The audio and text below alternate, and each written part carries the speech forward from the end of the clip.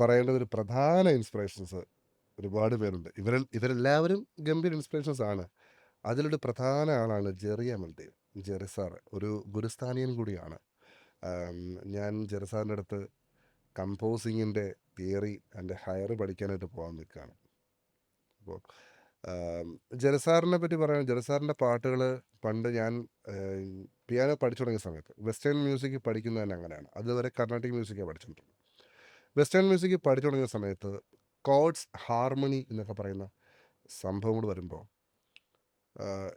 അപ്പോൾ നമ്മൾ കേൾക്കുന്ന പാട്ടുകളുടെ, നമ്മൾ അന്ന് വരെ കേട്ട പാട്ടുകളെ അല്ല നമ്മൾ പിന്നെ കേൾക്കുന്നത്. പിന്നെ കേൾക്കുമ്പോൾ നമ്മൾ ഈ പറയുന്ന നമ്മൾ കിട്ടുന്ന നോളജും കൂടെ അതിൽ മിക്സ് ചെയ്യും. അങ്ങനെ കേട്ടു തുടങ്ങുമ്പോൾ ജെറിസാറിൻ്റെ പാട്ടുകൾക്ക് ഒരു ഭീകരമായിട്ടുള്ള വെസ്റ്റേൺ എലമെൻറ്റ്സ് നല്ല കൃത്യമായി അതിൻ്റെ തിയററ്റിക്കൽ സ്റ്റൈലിൽ അദ്ദേഹം അതിൽ ക്രിയേറ്റ് ചെയ്യണം. എന്നാൽ മെലഡിക്ക് ഒരു തരത്തിലുള്ള കുഴപ്പമില്ലാണ്ട് ആ പടത്തിൻ്റെ സിറ്റുവേഷന് കൃത്യമായി അത് പ്ലേസ് ചെയ്തുകൊണ്ട് അദ്ദേഹം അത് ചെയ്തിട്ടുണ്ട്. മിഴിയോരമായിരുന്നാലും എൻ്റെ ഏറ്റവും ഫേവറേറ്റ് പാട്ടുകളിലൊന്നാണ്. അത് പക്ഷേ കുറച്ച് അൺറേറ്റഡ് സോങ് ആണ്. നമ്പർ 1 സ്നേഹതീരത്തിലെ. അതിലാണ് മേലെ മേലെ വാനം. അതൊക്കെ ബാക്കി എല്ലാ പാട്ടും ഹിറ്റാണ്. അതിലൊരു പാട്ടുണ്ട്, തിളങ്ങും തിങ്കളേ മിഴിനീരിതിൻ്റെ എന്ന പാട്ടുണ്ട്. അപ്പോൾ ജെറിസാറിനോടൊക്കെ ഞാൻ ജെറിസാറുമായിട്ട് ഒരു മണിക്കൂർ ഇരുന്ന് സംസാരിക്കാനുള്ളൊരു അവസരം കിട്ടിയിട്ടുണ്ട് ഒരിക്കൽ. ആ ഒരു മണിക്കൂർ എൻ്റെ ജീവിതത്തിലെ ഏറ്റവും പ്രഷ്യസ് മൊമെൻറ്റ്സിൽ ഒന്നായിട്ട് കണക്കാക്കുന്ന ഒരാളാണ് ഞാൻ. ഒരു ഭയങ്കര ഞാൻ നമ്മളെ എൻ്റെ ചിന്താഗതിക്കെല്ലാം ഒരുപാട് മാറ്റങ്ങൾ സംഭവിച്ചിട്ടുണ്ട് ജെറിസാറോട് സംസാരിച്ചപ്പോൾ. സാറ് നൗഷാദ് അലി എന്ന് പറഞ്ഞു, അദ്ദേഹം ഒരു ഇൻസ്പിറേഷനാണ്. നൗഷാദ് അലിയുടെ അസിസ്റ്റൻ്റ് ആയിരുന്നു ജെറിസാർ. അപ്പം നൗഷാദ് സാഹിബിൻ്റെ കോമ്പോസിഷൻസിൻ്റെ പ്രത്യേകത അത് അദ്ദേഹം ശിഷ്യനായ ജെറിസാറിന് പറഞ്ഞതാണ്. സംഗീതം ഇന്ത്യൻ രാഗ ബേസ്ഡ് അല്ലെങ്കിൽ ഇന്ത്യൻ സ്റ്റൈലാണ്, പക്ഷേ എൻ്റെ ബാക്കിങ്ങിൽ കൃത്യമായ വെസ്റ്റേൺ ഇൻഫ്ലുവൻസ് ഉണ്ടാവണം, എങ്കിൽ ആ മ്യൂസിക് ഭയങ്കര ഡിഫറെൻ്റ് ആവും. നമ്മളിപ്പോൾ ഇതിൻ്റെ വേറൊരു സ്റ്റൈലാണ് ഇപ്പോൾ ഫ്യൂഷൻ എന്ന് പറയുന്നത്. ഇപ്പോൾ കർണാട്ടിക് രാഗ ബേസ്ഡ് ആയിട്ടുള്ള ഇപ്പോൾ ലേറ്റസ്റ്റ് ആയിട്ട് ഇറങ്ങിയ ഡ്രാഗണിലെ വഴിത്തുണ എന്ന് പറഞ്ഞ സോങ് ഉണ്ട്. ആ സോങ് ശരിക്കും രീതികോള എന്ന് പറഞ്ഞൊരു രാഗത്തിന് ബേസിലാണ് ചെയ്തിരിക്കുന്നത്. അപ്പോൾ അത് ഭയങ്കര ഹിറ്റാണ്.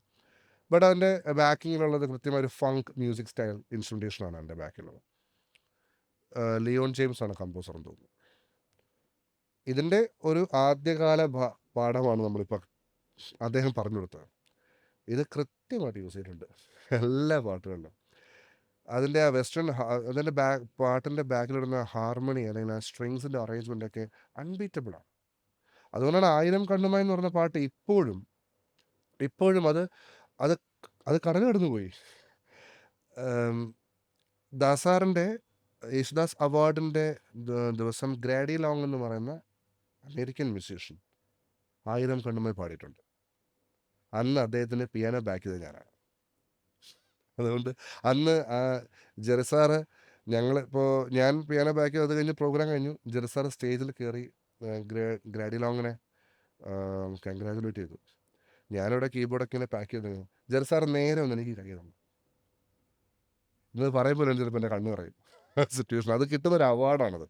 കാരണം കീബോർഡിസ്റ്റിനൊക്കെ കൈ എടുക്കുക എന്ന് പറയുന്നത് അങ്ങനെ ആരും ചെയ്യാറില്ല.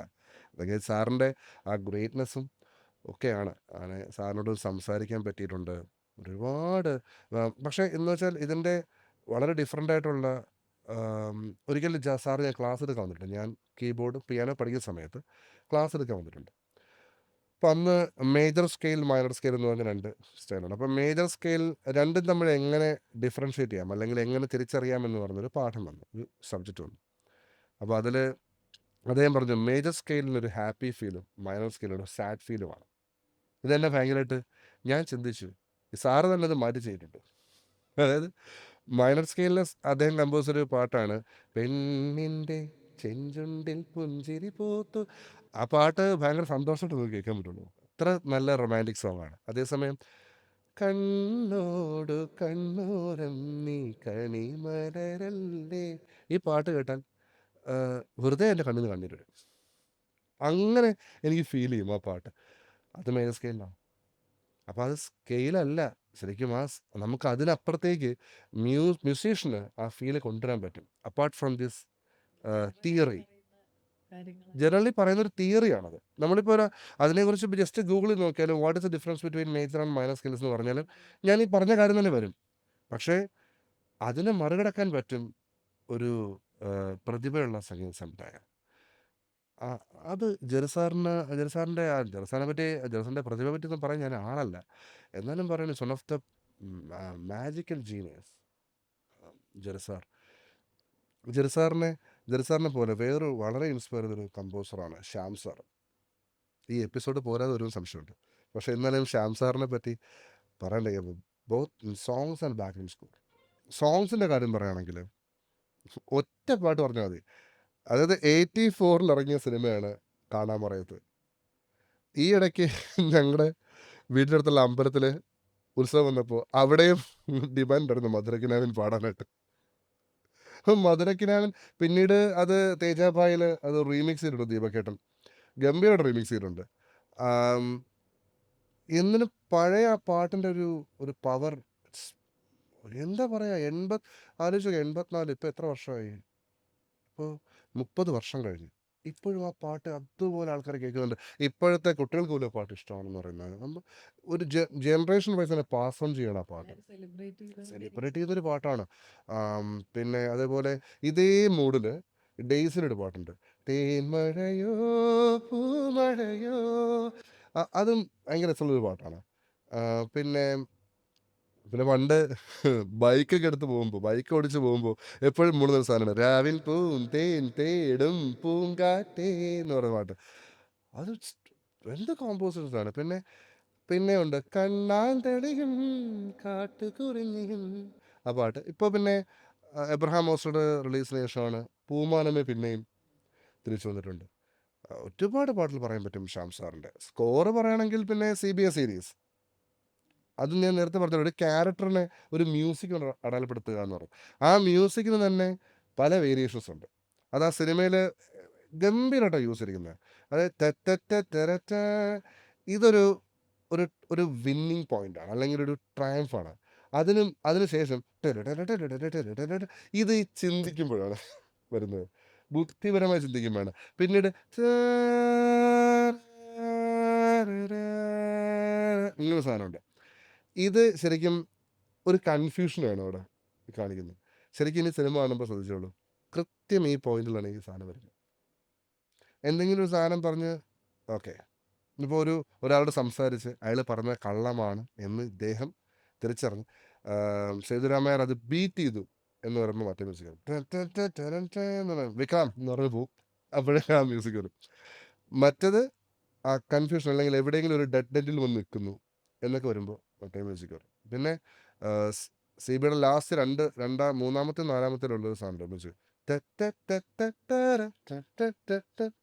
അതെന്തെങ്കിലും ഇങ്ങനെ സംസാരിച്ചിട്ട്, അപ്പോൾ അതെന്താ ആ കൺഫ്യൂഷൻ വരുമ്പോഴാണ് ഈ മ്യൂസിക് വരുന്നത്. മ്യൂസിക്കലി ബ്രില്യൻ്റ് ആണ് അങ്ങനെ ചെയ്തിരിക്കുന്നത്. പിന്നെ എൻ്റെ എൻ്റെ മോസ്റ്റ് ഫേവറേറ്റ് ഹീറോ ഇൻട്രോസിൽ ഒന്നാണ് മൂന്നാം മുറയിലെ ഇൻട്രോ. മൂന്നാം മുറയിൽ ലാലേട്ടൻ വരുന്ന ഒരു സിനിമയുടെ ഒരു 45ാമത്തെ മിനിറ്റ് കഴിഞ്ഞിട്ടാണ്. അപ്പോൾ അവിടെ ഇദ്ദേഹം നമുക്കൊരു കമാൻഡോ ഓപ്പറേഷൻ നടത്താമെന്ന് പറയുകയും അതിനുള്ള ആൾക്കാർ നമ്മുടെ ഫോഴ്സിലുണ്ടോ എന്ന് ചോദിക്കണം. ഉണ്ടായിരുന്നു, ഇപ്പം ഇല്ല, വേണമെങ്കിൽ അത് നമുക്ക് വരുത്താം എന്ന് പറയുമ്പോൾ അങ്ങനെ ആളുണ്ടോ, tell me who the hell is he എന്ന് പറയാം. നെക്സ്റ്റ് കട്ടിൽ ഈ ബൈനാക്കുലറോട് ഇങ്ങനെ നോക്കുന്നൊരു ഷോട്ടുണ്ട്. അവിടെ ഇപ്പം മുടിയൊക്കെ എഡിറ്റ് ചെയ്തു ഇപ്പം തന്നെ. ഭയങ്കര ഗൂസ് ബംസ് ഒരു മ്യൂസിക്കാണത്. സേതുരാമയ്യരുടെ തീം ഇത്. പിന്നെ ജാഗ്രതയിൽ കുറേ ഇങ്ങനെയുള്ള ചില സാധനമുണ്ട്. ഈ ബാബു ആൻ്റണി ഈ കൊല്ലാൻ വേണ്ടി പോകുന്നൊരു സാധനമുണ്ട്. എനിക്ക് തോന്നുന്നൊരു 2 മിനിറ്റോളം ഡയലോഗ്സ് ഒന്നുമില്ല, സൈലൻസ് ആണ്. മ്യൂസിക് കൊണ്ട് മാത്രം അത് ഫില്ല് ചെയ്യുന്നത്. അതിലെ മ്യൂസിക് മാത്രം കേട്ട് കഴിഞ്ഞാൽ നമുക്ക് ഏതെങ്കിലും ഒരു 80s വന്നിട്ടുള്ള ഹോളിവുഡ് സ്കോർ പോലെ അത്ര ക്വാളിറ്റിയിലാണ് ചെയ്തിരിക്കുന്നത്. പിന്നെ എനിക്ക് തോന്നുന്നു ശ്യാം സാറിൻ്റെ ടെക്നിക്കൽ നോളജ് ഭയങ്കരമാണ്. അതുകൊണ്ടാണ് ശ്യാം സാറിൻ്റെ മ്യൂസിക് ഇപ്പോൾ കേൾക്കുമ്പോഴും ഭയങ്കര ഫ്രഷാണ്. അന്ന് സിന്തസൈസേഴ്സും ആർപെജിയേറ്റേഴ്സ് അല്ലെങ്കിൽ സിന്ത് മോഡ്യൂൾസ് ഒക്കെ അദ്ദേഹം യൂസ് ചെയ്തിട്ടുണ്ട് അന്നത്തെ പാട്ടുകളിൽ, ബാക്ക്ഗ്രൗണ്ട് സ്കോറുകളിൽ. ഇന്നും അതിനെക്കുറിച്ച് ഒക്കെ ഭയങ്കര ജ്ഞാനമുള്ളതാണ് ശ്യാം സാർ. സോ എന്താ പറയുന്നത്, ഒരു ഈസ് ഷോക്കിംഗ്ലി ജീനിയസ് എന്ന് പറയുന്നൊരു കമ്പോസറാണ് ശ്യാം സാർ. പിന്നെ പറയാൻ പോകുന്ന എൻ്റെ ഏറ്റവും വലിയ ഇൻസ്പിറേഷൻ ഉണ്ട്. എൻ്റെ ദൈവം എന്നൊക്കെ വിളിക്കാവുന്ന, എൻ്റെ മാത്രമല്ല കേട്ടോ, പല കമ്പോസേഴ്സിൻ്റെ, ജോൺസൺ മാസ്റ്റർ. ഇത് പറയാണ്ടിരിക്കാൻ പറ്റത്തില്ല. ജോൺസൺ മാസ്റ്ററിൻ്റെ കോമ്പോസിഷൻസ് അതിനെപ്പറ്റി എന്താ പറയുക, ജോൺസൺ മാസ്റ്ററിൻ്റെ പറയാൻ പോലും നമുക്ക് അർഹതയുണ്ടെന്ന് അറിയില്ല. എന്നാലും പഠിച്ച കാര്യങ്ങൾ പറയാം. മനസ്സിൽ അദ്ദേഹത്തിൻ്റെ ഒരു മഴ നനഞ്ഞ് നിൽക്കുന്ന ഒരു ക്യാരക്ടർ, ക്ലാര എന്ന് പറയുന്നൊരു ക്യാരക്ടറിനെ മ്യൂസിക് കൊണ്ട് അടയാളപ്പെടുത്തുകയാണ്. ആ മ്യൂസിക്കിലുണ്ട് ക്ലാര എന്താന്നുള്ളത്. അതൊക്കെ അതൊന്നും നമ്മൾ ഇപ്പം നമുക്കൊക്കെ ഒരു തീം മ്യൂസിക്, ഇപ്പം ഞാനൊരു തീം ഒക്കെ ചെയ്യാൻ നമ്മൾ സമയമെടുക്കും നന്നായിട്ട്. നമ്മൾ ഒരുപാട് ചെയ്ത് ഒരുപാട് അത്രയും ടൈം എടുത്തിട്ടില്ല അതൊന്ന് ചെയ്യാൻ. വളരെ പെട്ടെന്നാണ് അത് കമ്പോസ് ചെയ്യുന്നത്.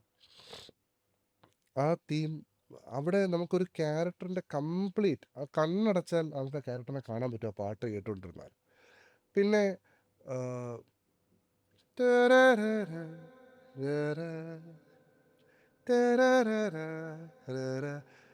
ഇവിടെ ഈ മ്യൂസിക് ചെയ്യുമ്പോൾ സോളമനും സോഫിയും ഓർമ്മ വരുന്നതാണ്. സോളമൻ കാണുന്ന സോഫിയ സങ്കടപ്പെട്ട് നിൽക്കുന്ന ഒരാളാണ്. അവളുടെ ദുഃഖത്തിലേക്കാണ് സോളമൻ വരുന്നതെന്നാണ് നമുക്ക് തോന്നുന്നത്. ആ മ്യൂസിക് തുടങ്ങുന്ന ഒരു മെലങ്കളി മ്യൂസിക്, പിന്നീട് എൻ്റെ മ്യൂസിക്കിൻ്റെ ഭാവം മാറും.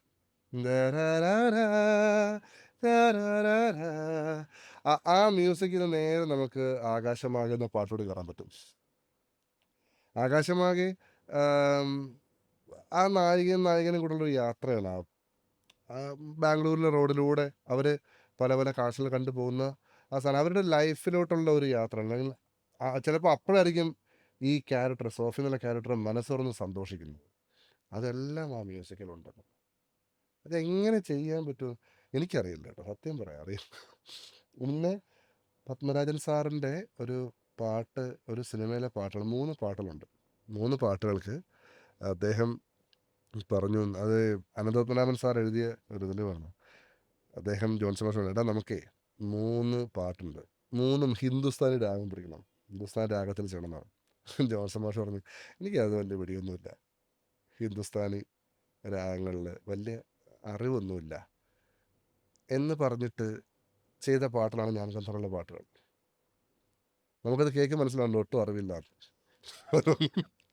അതിൽ ഇപ്പോൾ യമൻ കല്യാണിയിലാണ് ദേവാങ്കണങ്ങൾ.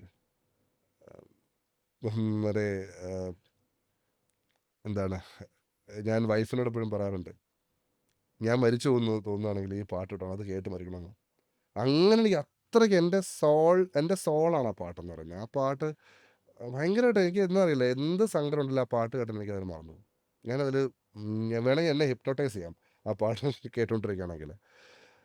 പാലപ്പൂവേ, അത് കാപ്പി രാഗം, പീലു എന്നാണ് ഹിന്ദുസ്ഥാനിൽ പറയുന്നത്. പിന്നെ മിയാക്കി മൽഹാറിലാണ് ദേവി ഉച്ചരിക്കുന്നത്. അപ്പോൾ ആ 3 പാട്ടുകൾ, പിന്നെ അതിനകത്ത് വരുന്നിട്ടുള്ള ഈ ഗന്ധർവനെ പ്രസൻറ്റ്, ഞാൻ ഗന്ധർവൻ എന്നൊരു വരിയുണ്ട് അതിനകത്ത്. സോ അതിൻ്റെ മ്യൂസിക്കിൻ്റെ ബാക്കിൽ വരുന്ന മ്യൂസിക്കിൽ ഇറ്റ്സ് ഒന്നും പറയാനില്ല, അത് അൺബിലീവബിളാണ് ആ സാധനം. പിന്നെ ഇദ്ദേഹത്തിൻ്റെ മ്യൂസിക്കിൽ ഏറ്റവും ബാക്ക്ഗ്രൗണ്ട് സ്കോറിൽ ഞാൻ ഏറ്റവും അധികം പിന്നെയും റിപ്പീറ്റഡ്ലി ഞാൻ റെഫർ ചെയ്യുന്നൊരു ഫിലിമാണ് അപരൻ. ഈ അപരൻ്റെ ഫസ്റ്റ് ഇൻട്രോസ് മ്യൂസിക്കുണ്ട്, ഒരു നിഴൽ കടന്നു വരുന്നു. ആ നിഴൽ, പിന്നെ ഈ നിഴൽ അത് ലാസ്റ്റ് കാണുന്നത് അത് നിഴലാണോ മനുഷ്യനാണോ നമുക്ക് തിരിച്ചറിയാൻ പറ്റത്തില്ല. ഇങ്ങനത്തെ ഒരു ഷോട്ടിലാണ് അത് എൻഡ് ചെയ്യുന്നത്. അത് ആ മ്യൂസിക് കേട്ട് കഴിഞ്ഞിട്ടുണ്ടോ നമുക്ക് മറ്റേ കുറച്ച് നമുക്ക് ഭയങ്കര എന്താ ഫീൽ എന്നറിയില്ല, ഒരു നിഗൂഢതയോ എന്തൊക്കെയോ ഉണ്ട് അതിനകത്ത്. അതിന് മുൻപ് ഇറങ്ങിയ ടാക്സി ഡ്രൈവർ എന്ന് പറയുന്ന മാർട്ടിൻ സ്കോർസെസിൻ്റെ ഫിലിമുണ്ട്. അതിൻ്റെ ഇൻസ്പിറേഷൻസ് ഉണ്ട്. പക്ഷേ ഇൻസ്പിറേഷൻ ഒരിക്കലും നമ്മൾ ഈ പറയുന്ന പോലെ കോപ്പി അടിക്കുക, ലിഫ്റ്റ് ചെയ്യുക എന്ന് പറയുന്നതല്ല. കൃത്യമായി എൻ്റെ സോൾ ഇൻസ്പയർ ചെയ്തിട്ടാണ് സാറ് ചെയ്തിരിക്കുന്നത്. ജാസ് മ്യൂസിക് വരുന്നുണ്ട് അതിനകത്ത് ചില സ്ഥലങ്ങളിലും. ഈ ആളാരാണ്, ഈ പറയുന്ന ഈ ക്രിമിനൽ ആരാണെന്ന് അറിയാൻ വേണ്ടി ഇദ്ദേഹം ആ ക്രിമിനലിൻ്റെ അതേ ഡ്രസ്സൊക്കെ ഇട്ട് ഈ നായകൻ പല സ്ഥലങ്ങളിലും നടക്കും. അവിടെ ജാസിൻ്റെ എലമെൻസ് ആണ്. അത് ഈ ടാക്സി ഡ്രൈവറിൽ നിന്ന് കിട്ടിയ ഇൻസ്പിറേഷൻ ആണെന്നാണ് തോന്നുന്നത്, എനിക്കറിയില്ല. കാരണം എനിക്കിത് ഭയങ്കരമായിട്ട് ഫീൽ ചെയ്തതാണ് ടാക്സി ഡ്രൈവറിൻ്റെ മ്യൂസിക്കും ഇതുമായിട്ട് ആ ഒരു ബന്ധം. ആ സമയത്ത് ഈ നിയോൺ ലൈറ്റ്സിൻ്റെയൊക്കെ ഒരു ലൈറ്റിങ്, അത് തന്നെ ഒരു മൂഡ് ക്രിയേറ്റ് ചെയ്യുന്നുണ്ട് അവിടെ.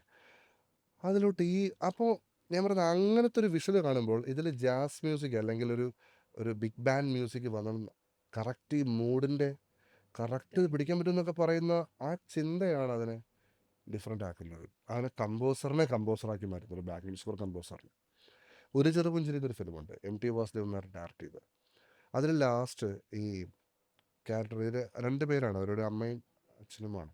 അവസാനം ഒടുവിലിൻ്റെ ക്യാരക്ടർ മരിച്ചു പോയിട്ട് ഈ അമ്മ മാത്രമാവുന്ന സിറ്റുവേഷൻ. എന്നിട്ട് അവർ പറയുന്നുണ്ട്, അച്ഛൻ ഇവിടെയൊക്കെ തന്നെ ഉണ്ടടാ, ഇപ്പം ഞാൻ ഒറ്റയ്ക്കല്ല എന്ന് പറഞ്ഞ് ഇവരുണ്ടാക്കി ഒരു തോട്ടമുണ്ട്, ഒരു പച്ചക്കറി തോട്ടം. ഇതിലൂടെ നടക്കുകയും ഒരു കാറ്റ് വന്ന് ഇവരെ തഴുകുമ്പോൾ അത് ഈ ഭർത്താവ് കൂടെ ഉണ്ടെന്ന് തോന്നി ഇവരിങ്ങനെ നിൽക്കുന്നൊരു സിറ്റുവേഷനിലാണ്. ഇതിൻ്റെ യൂട്യൂബിലൊരു വീഡിയോ ഉണ്ട്, ഈ സീൻ ജോൺസൺ മാഷ് സ്കോർ ചെയ്യുന്നത്. അപ്പോൾ MT അടുത്തിരിക്കുന്നുണ്ട്.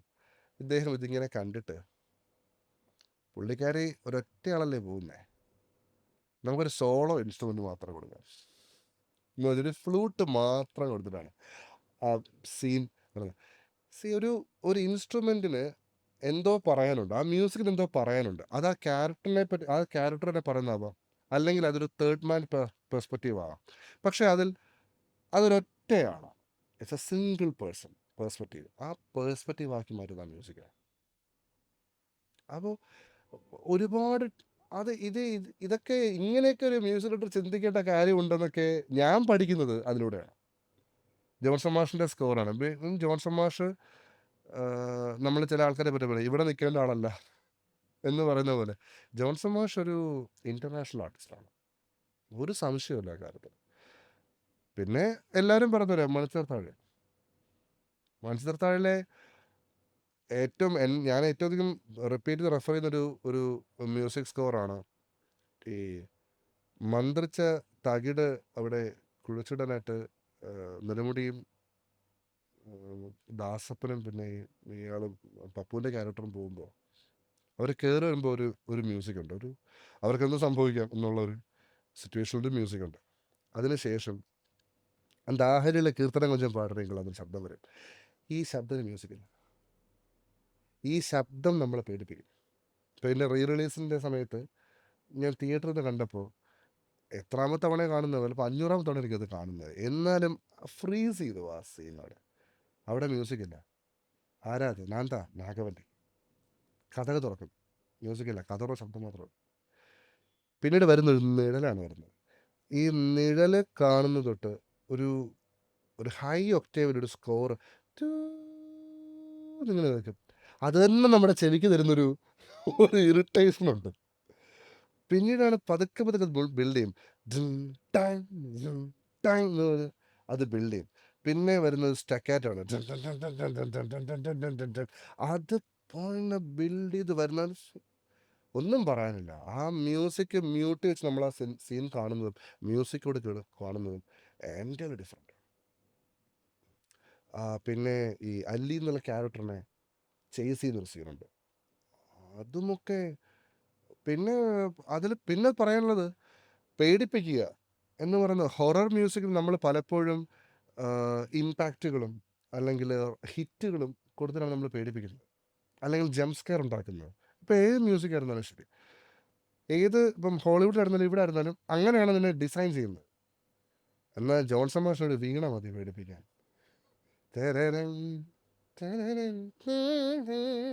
അത് ആ രാഗം ശരിക്കും പഴന്തമിഴ് പാട്ടടയമിൻ്റെ രാഗമാണ്. ഈ പഴന്തമിഴ് പാട്ടടയമിൻ്റെ ട്യൂൺ എന്ന് പറയുന്നത് അകത്തിരുന്ന് നാഗവല്ലിയായ ഗംഗ പാടുകയാണ്, ഒരു മുറൈ വന്ന് അത് ആഹരിത രാഗമാണ്. അതിലാണ് ഇതും ചെയ്തിരിക്കുന്നത്.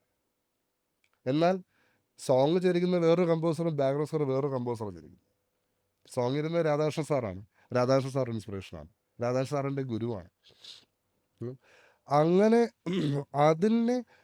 അത് തമ്മിൽ ഇപ്പോൾ വേറൊരാൾ ചെയ്ത മ്യൂസിക്, അതിലൊരു രാഗമുണ്ട്, എന്നാൽ അതുമായിട്ടാണ് നമ്മളിതിനെ കണക്ട് ചെയ്യേണ്ടത് എന്നൊക്കെ ചിന്തിക്കാൻ എന്താ പറയുക, ഇതൊക്കെ ഒരിക്കൽ മാത്രം സംഭവിച്ചു പോകുന്ന ചില മാജിക് അല്ലെങ്കിൽ മിറാക്കിൾസാണ്.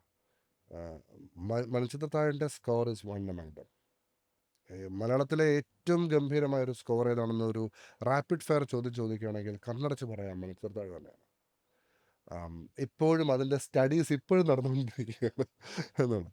ആ, പിന്നെ എന്ന് പറയാൻ പറ്റും പരിണയത്തിലെ സ്കോർ എടുത്തു പറയേണ്ട സാധനമാണ്. പിന്നെ പൊന്തന്മാരുടെ സ്കോർ, ടി വി ചന്ദ്രൻ ഡയറക്റ്റ് ചെയ്ത മമ്മൂക്കയുടെ അതിൽ ചില, ഇപ്പോൾ അതിനകത്ത് ചില വെസ്റ്റേൺ സിംഫണി പീസസ് ഉണ്ട്, ചില സാധനങ്ങൾ. അതൊക്കെ ചിലതെല്ലാം ജോൺസൺ മാഷ് കമ്പോസ് ചെയ്തു. അത് അന്ന് വിചാരിച്ചത് ബീഥോവൻ അങ്ങോട്ട് കമ്പോസ് ചെയ്തതാണ്. അങ്ങനെയുള്ള സാധനങ്ങൾ അത് ചെയ്യുന്നുണ്ട്. അപ്പം പിന്നെ ഈ പറയുന്ന ആ ആ ഉം, ജോൺസൺ മാഷിനെ പറ്റി നമ്മൾ പറഞ്ഞാൽ തീരത്തില്ല. അതുകൊണ്ട് നമുക്ക് അടുത്തലോട്ട് പോവാം. ഈ എപ്പിസോഡ് നമുക്ക് ഇവിടെ വൈൻഡപ്പ് ചെയ്യാൻ സമയമായിരിക്കുന്നു. കൂടുതൽ വിശേഷങ്ങളുമായി അടുത്ത എപ്പിസോഡിൽ കാണാം.